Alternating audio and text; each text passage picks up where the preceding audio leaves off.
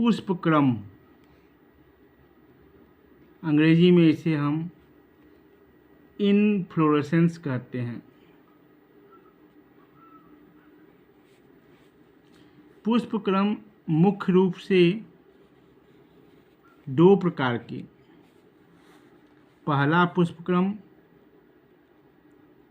असीमाक्षी और दूसरा पुष्पक्रम ससीमाक्षी।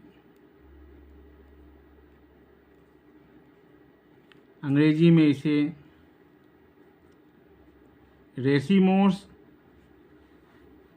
जबकि ससीमाक्षी को साइमोस कहते हैं। आप किसी भी पुष्प को देखने पर असीमाक्षी को पहचान सकते हैं, जिसमें जिस शाखा पर पुष्प लगे रहते हैं उसकी लंबाई हमेशा बढ़ती रहती है। यह है पुष्पावल वृंत। इसे अंग्रेजी में हम बोलते हैं पेडंकल।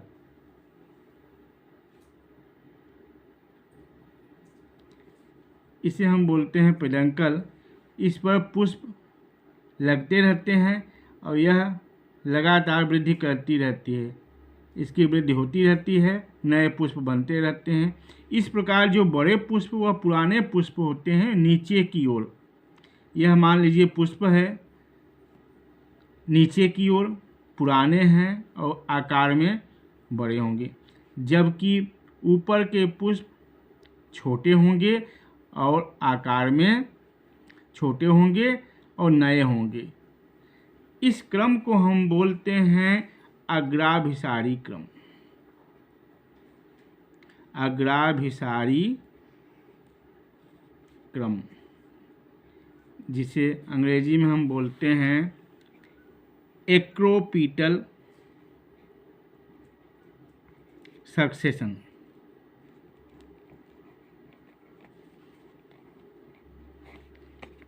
तो यह हो गया पहला पुष्पक्रम असीमाक्षी और दूसरा पुष्पक्रम ससीमाक्षी।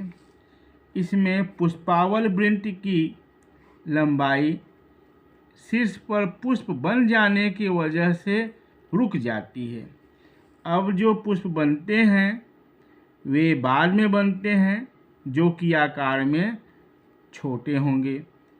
तब हम इसे कह सकते हैं कि पुष्प के लगने के इस क्रम को हम बोलते हैं तलाभिसारी क्रम।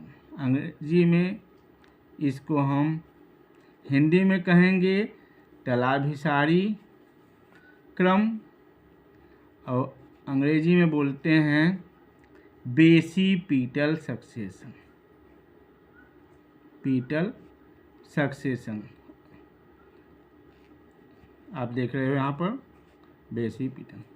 तो तलाभिसारी क्रम में जो पहले पुष्प बनते हैं आकार में बड़े और बाद में बनने वाले पुष्प आकार में छोटे, या हम कहें अंदर की ओर छोटे पुष्प और बाहर की ओर बड़े पुष्प होते हैं।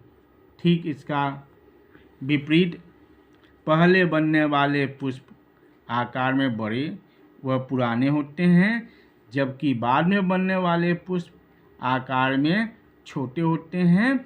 और इस पुष्पावली वृंत की वृद्धि लगातार होती रहती है, जबकि इसमें एक शीर्ष पर ही पुष्प बन जाने से इस पुष्पावली वृंत की लंबाई रुक जाती है। तो इस प्रकार से हम समझ गए कि पुष्पक्रम यानी पुष्पों के लगने का क्रम किस पर, पुष्पावल वृंत पर मुख्य रूप से यह। बाकी और भी दो प्रकार के पुष्पक्रम होते हैं जो कि एनसीईआरटी के बुक में उसका जिक्र नहीं है, जिसे हम कहते हैं पहल तीसरा बोलें तो विशिष्ट प्रकार के पुष्पक्रम, विशिष्ट पुष्पक्रम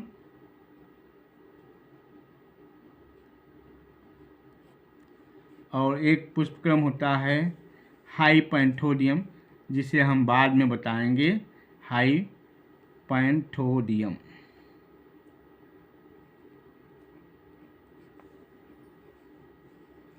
यह हमारा पुष्पक्रम के विषय में बिल्कुल संक्षेप में हो गया। इसमें यदि आपको कहीं भी कोई संदेह है तो आप इसे कमेंट बॉक्स में पूछ सकते हैं। मैं इसे और विस्तार पूर्वक पुष्पों को दिखाते हुए भी आपको समझा दूंगा। यह सरसों में बड़ी आसानी से आप देख सकते हैं। सरसों के पुष्प इस मौसम में आपको सब जगह मिल जाएगा। आप आराम से देखेंगे तो उसमें यही दिखेगा कि बड़े पुष्प नीचे की ओर होंगे, छोटे छोटे पुष्प लगे रहते हैं। यह आपको पहचानना है। और भी पुष्प को आप देखेंगे तो आपको इस पुष्पावली वृंद के शीर्ष पर ही पुष्प मिल जाते हैं।